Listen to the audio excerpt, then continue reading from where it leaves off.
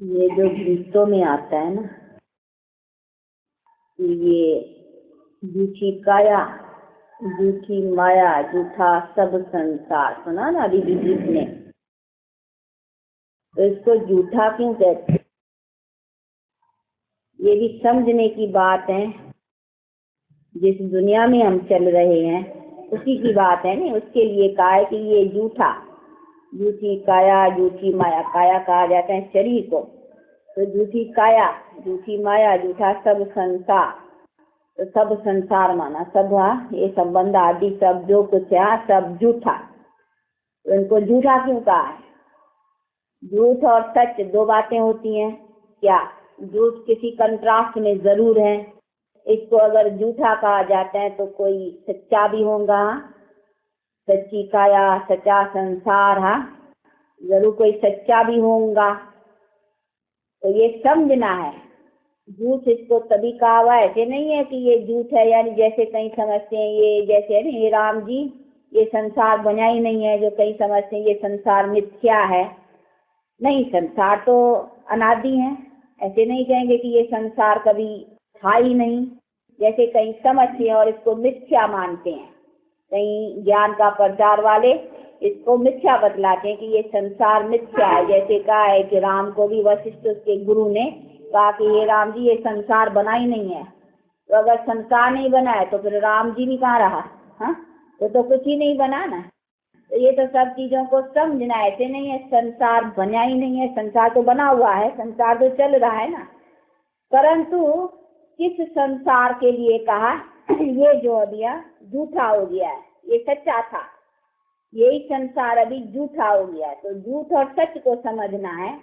उसका मतलब है ये अभी संसार विकारी हो गया। तो विकारों के कारण इसको झूठा कहने में आता है, अर्थात इसमें दुख और अशांति। ये अपना संसार नहीं है दुख अशांति वाला।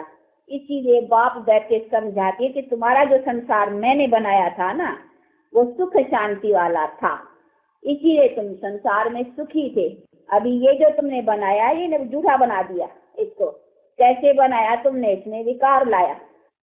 तो विकारों के कारण काया भी विकारी, दुख की हो गई, और उससे ये संसार के संबंध भी दुख के हो गए। देखो राजा प्रजा एक दो में, पति पत्नी बाप बेटा सब संबंध एक दो के दुख के हो गए है ना। इसीलिए बैठ करके बाप समझाते हैं ये झूठी काया, झूठा सब संसार, ये सब झूठा कर दिया। झूठा किसने बनाया? विकारों ने। तो विकार के कारण इस दुनिया को झूठा कहा जाता है, और झूठे के कारण तुम दुखी हो। इसीलिए कहते हैं अभी उनसे छोड़ो, अर्थात इस विकारों से अपना संबंध अभी तोड़ो, तो फिर तुम्हारा जो संसार है ना वो सुख का हो जाएगा और सच्चा हो जाएगा। तो सच्चा और झूठा कहा भी जाते हैं सचखंड। अब यह झूठ खंड, ये अभी झूठा बन गया है। तो सचखंड था, अर्थात ये दुनिया सच्ची थी। सच्ची का मतलब है स्वच्छ थी, तब इसमें पूर्ण सुख था और हमारे जीवन में सदा का सुख था। तो वो सुख की दुनिया तभी थी जब पवित्रता थी। आज जीवन में अपवित्रता है, इसीलिए वो दुख की है और झूठी है। तो झूठी और सच्ची का भी अर्थ समझना है। नहीं तो झूठी किसने? ऐसे नहीं है ही नहीं, ये संसार बना ही नहीं है। संसार तो है, अनादि है, कैसा नहीं बना है? बना है तभी तो हम आप सब ये सब ही है ना। तो इसको ऐसे नहीं कहेंगे कि ये संसार ही नहीं है। संसार तो अनादि है, लेकिन ना पहले सच्चा था, अब झूठा हो गया है। ये झूठा कैसे हुआ है? इसमें विकार आए। तो विकार के आने के कारण ये लाइफ अशांति और दुख की हुई है, इसीलिए इनको झूठा कहते हैं। अब फिर बाप कहते हैं जो मैंने सचखंड बना कर करके तुमको सचखंड में रखा था, तुम्हारी दुनिया सचखंड थी अथवा स्वच्छ थी और सुख की दुनिया थी, उसमें मैंने तुमको रखा था। वो जो तुम्हारी लाइफ अथवा जीवन थी ना, वो अभी बनाओ। तो वो कैसे बनाओ? फिर इसी अपवित्रता को निकालो। अपवित्रता का मतलब ये विकारों को निकालो और फिर तुम स्वच्छ बनो। तो तुम्हारी फिर निर्विकारी दुनिया, जिसको फिर श्रेष्ठाचारी भ्रष्टाचारी ये जो भी शब्द है ना, परंतु इनका अर्थ समझते नहीं है। कहते हैं भ्रष्टाचारी, परंतु भ्रष्टाचारी श्रेष्ठाचारी तो ये भी हमारा आचरण के ऊपर है ना। श्रेष्ठ आचरण तो उसी को कहा गया श्रेष्ठाचारी, और आज है भ्रष्टाचारी माना भ्रष्ट आचरण। तो हमारा आचरण बिगड़ गया है ना। तो आचरण के ऊपर ही श्रेष्ठाचार और भ्रष्टाचार कहने में आता है। तो आज के आचरण बिगड़ने के कारण इसको कहा जाता है भ्रष्टाचार, यानी भ्रष्ट आचरण। वो है श्रेष्ठ आचरण। इसीलिए देखो देवताओं की श्रेष्ठ आचरण का गायन है ना, क्या कहते हैं उसको, कहते हैं सर्वगुण संपन्न, 16 कला संपूर्ण और संपूर्ण निर्विकारी, मर्यादा पुरुषोत्तम। हाँ, ये सब महिमा है ना। तो देखो उनकी कितनी में श्रेष्ठ आचरण वालों की वो थी, उनके पास सच्ची मर्यादा थी। मर्यादा भी तब थी जब विकार नहीं थे। अभी तो विकार में मनुष्य देखो अब मर्यादा वाले हो गए ना, लोभवश, क्रोधवश, मोहवश, विकारोवश, सब ये बातें। इसीलिए बाप कहते हैं ये है ही अभी जो दुनिया, इसको कहा ही जाएगा अभी भ्रष्ट आचरण। उसी के कारण देखो ये करप्शन फलाने ये काहे के लिए, लोभ है ना। लोभ ना होता तो करप्शन कहाँ से होती है। ये अहंकार, अभिमान, ये क्रोध, ये दुश्मन, एक दूसरे से लड़ना झगड़ना, ये आज इतनी वाम शादी, ये सब क्या है, कौन बनाता है, ये क्रोध शत्रु। हाँ, ये अहंकार अभिमान, हम बड़े, ये मेरा, ये तेरा, ये सब है ना। तो ये विकार है ना। अहंकार कहो, क्रोध कहो, लोभ कहो, ये सब चीजें हैं जो ये काम कराती हैं। अगर ये चीजें न होती तो आज हमारा संसार इस क्रोध से, लोभ से और इससे जो दुखी है, तो ये सब बातें थोड़ी होती। ये करप्शन, ये कहाँ से होती है, ये सब लोभ है। लोभ के कारण मनुष्य ये सभी आते हैं, झूठ चोरी पाप, ये सभी इनमें सब हो ही जाती हैं। तो ये सभी चीजों को समझना है। तो यही है 5 विकार जो मनुष्य आचरण बिगाड़ते हैं। आचरण बिगड़ता है तो उनको कहेंगे भ्रष्ट आचरण। तो आज की दुनिया है भ्रष्टाचार अथवा भ्रष्ट आचरण वाली, क्योंकि 5 विकारों वश हैं। इसीलिए देखो ये मॉरलिटी फलाने ये सब बेचारे कितना माथाकुटी करती है। पर तू कैसे हुआ जब तक ये शत्रु बैठे हैं, ये विकार दुश्मन बैठे हैं, तो ये सब चीजें मॉरलिटी फलाने ये सब कैसा हो सकते हैं। तो ये सभी बातों को भी समझना है कि हमारी दुनिया कितनी श्रेष्ठ आचरण वाली थी। मनुष्य की लाइफ कितना आचरण अच्छा था, कितना श्रेष्ठ था। आज वो है ही नहीं। तो श्रेष्ठ आचरण को सचखंड कहेंगे अथवा सच्ची दुनिया, सचखंड। आज ये हो गई झूठी दुनिया, क्योंकि भ्रष्ट आचरण हो गया है ना। इसलिए भ्रष्टाचार कहो या झूठी दुनिया कहो। हाँ, झूठ कमाते हैं, झूठ खाते हैं, झूठ चलते हैं, सब झूठ है ना। इसीलिए इसको कहा ही जाता है झूठी काया, झूठी माया, झूठा सब संसार। इसीलिए दुख शांत है। तो अभी बाप कहते हैं इसको सच बनाओ। तो कैसे बनाएंगे यार?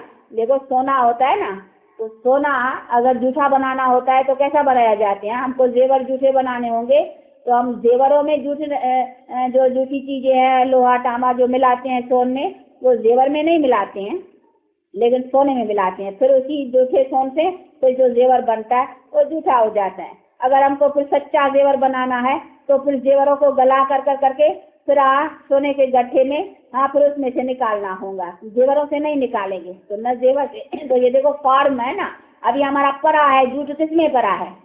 हमारे ये 5 विकार किसमें लगे है? तो ये शरीर है, जेवर, ऐसे समझो फॉर्म बना है ना। ये फॉर्म किसके आधार से बना है? आत्मा के। तो जैसी आत्मा वैसा फॉर्म, जैसा सोना वैसा उसका फॉर्म। झूठा सोना तो झूठा फॉर्म, जो भी फॉर्म बनेगा, बैंगल बनेगी, रिंग बनेगी, जो भी बनेगा, तो जो सोने की बनेगी तो झूठ सोने की, तो रिंग भी झूठी, बैंगल भी झूठा, जो भी चीज बनाएंगे फॉर्म, परंतु पहले तो सोना ही झूठा होगा ना। इसी तरह से ये हमारा फॉर्म जो है शरीर का, वो किसके आधार से बनता है? आत्मा से। तो आत्मा पहले झूठी बनती है। ऐसे नहीं कहेंगे आत्मा निर्लेप है, आत्मा को कोई लेप छेप नहीं लगता है। आत्मा में ही 5 विकारों का वो आता है प्रवेशपन।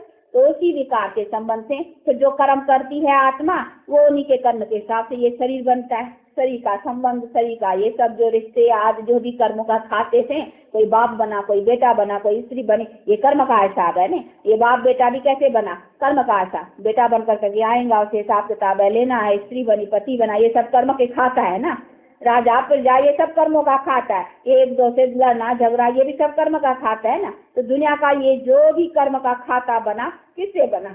बनाने की रिस्पॉन्सिबिलिटी किससे हुई? आत्मा से। तो आत्मा इम्प्योर हुई तो शरीर भी इम्प्योर हुआ, और शरीर इम्प्योर, आत्मा इम्प्योर, तो उससे सब रिश्तेदारी, सब संसार की जो बनावट गई सब इम्प्योर, तो झूठी हो गई ना।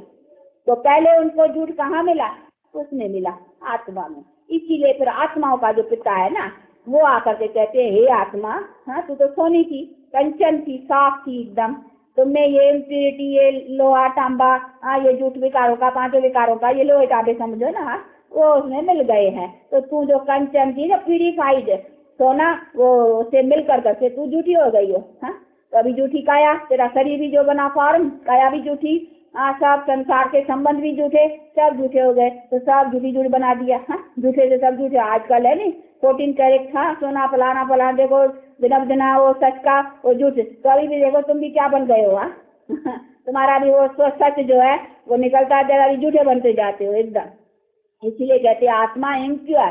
तो इम्प्योर होने से तुम्हारा जो भी संसार का फॉर्म है ना, शरीर का, संसार की जो भी फॉर्म बना है, इसको भ्रष्टाचार, दुनिया को, पृथ्वी को, ये फॉर्म कहाँ से बना? इसी से। इसकी रिस्पॉन्सिबल कौन है?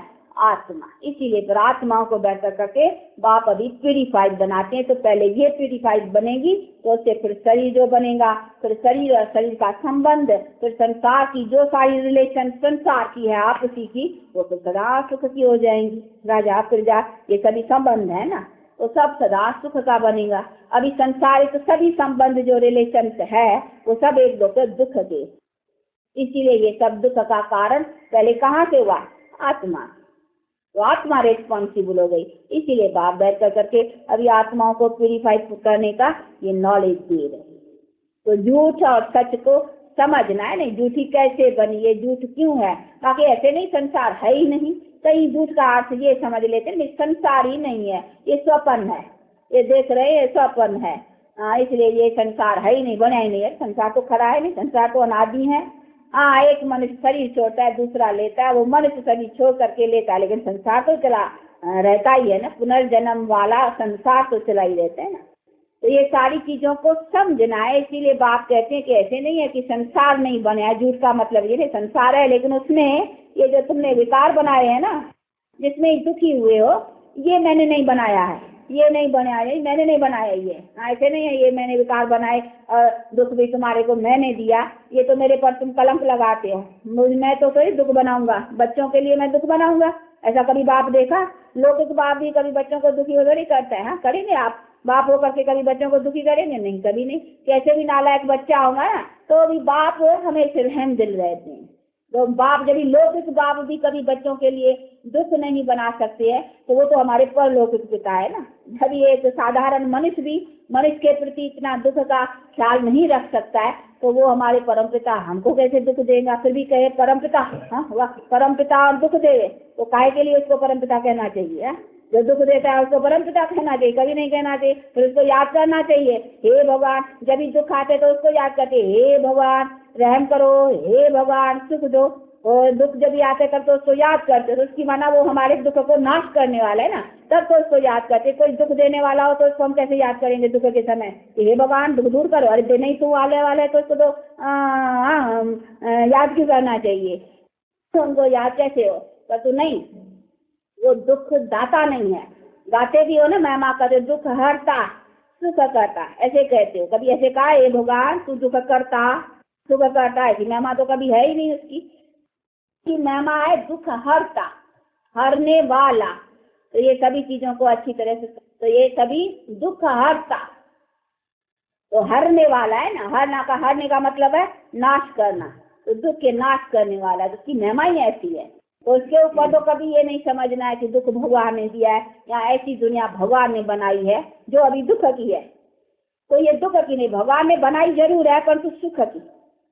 इसीलिए उनको सुख के लिए याद करते, तेरी दुनिया बड़ी अच्छी थी, तेरी दुनिया में हम बहुत सुखी थे, तू सुख दाता है, तू शांति दाता है। हाँ, तभी उसको याद करते हैं। याद भी कोई मनुष्य को भी याद करते हैं जब भी कोई किसी के ऊपर एहसान करता है, कोई हमको कुछ सुख देता है, तभी हमको। अभी देखो गांधी जी ने कुछ अच्छा किया भारत के लिए, तो उनको याद करते। भाई नेहरू जी ने कुछ अच्छे काम किए, तब उसको याद करते। नहीं तो कोई किसको क्यों याद करेगा? जब भी मनुष्य भी कोई अच्छा काम करता है तभी याद है। भगवान को तो देखो याद ही करते हैं, और सभी दुख के समय जब कोई किसी के पास शरीरक रोग आएगा या कोई ऐसी फिक्रात आएंगी या कोई मुसीबत आएंगी या कोई भी ऐसी बात होंगी, तो कहेंगे हे भगवान रहम करना, भगवान खैर करना, भगवान अभी मेरा भला करना, भगवान ऐसा का कहते नहीं। तो उसकी माना उसने भलाई किया है नहीं हमारे से, कोई बुराई तो की नहीं है उसने। अगर बुराई किसने की होती तो ऐसे क्यों उससे कहते? तो वो हमारे है ही अच्छे काम करने वाले, यानी उसने हमको अच्छा ही बनाया है, हमारी बुराई को नाश कराया है। कैसे कराया? तो बुरा हमको बनाने वाले हैं 5 विकार।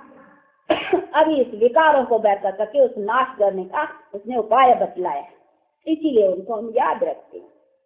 तो उसने हमारी दुनिया सचखंड, श्रेष्ठाचार और ये भ्रष्टाचार, झूठखंड को नाश कराया है। तो अभी देखो ये झूठी काया, झूठी माया, झूठा, इसीलिए कहते हैं बनवारी। बनवारी कोई कृष्ण को नहीं, कई समझते हैं वो बनवारी है, वो गए है ना रासवास रचाई है, ये की ऐसे की बातें, परंतु वो बातें नहीं है, ये सब है वो तो बैठ कर करके शास्त्रकारों ने कहानियों की तरह से उनको बनाया है। परंतु ये कही जाता है निराकार परमात्मा को, कृष्ण को परमात्मा नहीं कहेंगे। ये तो बात बहुत समझने की है। कृष्ण तो सतयुग का प्रिंस है। ये कृष्ण ऐसा मनुष्य परमात्मा ने बनाया, यानी कृष्ण जैसा सर्वगुण संपन्न, 16 कला संपूर्ण, संपूर्ण निर्विकारी ये प्रिंस है, फर्स्ट प्रिंस, जो किंगडम परमात्मा ने बनाई राजधानी, उसका ये फर्स्ट प्रिंस है। तो भगवान ने जो राजधानी बनाई ना, उनका ये कृष्ण प्रिंस है, जो फिर बड़ा हुआ है तो किंग बनाए, जिसको फिर श्री नारायण कहा जाता है। तो ये समझना है कि भगवान ने ऐसे मनुष्य बनाए, ये मनुष्य के स्टेटस का कृष्ण है अपना निशान, कि ये कृष्ण ऐसा मनुष्य परमात्मा ने बनाया। तो ये मनुष्य की स्टेटस है और परमात्मा तो निराकार है ना, तो इसको परमात्मा कहने से मनुष्य की स्टेटस चली जाती है। तो न मनुष्य की स्टेटस रहती है न परमात्मा का भी। अगर परमात्मा ये है कृष्ण, तो फिर तो सारी दुनिया को उसको मानना चाहिए, लेकिन गॉड इज वन, परमात्मा इज वन, तो फिर सबको उसको देखना चाहिए ना।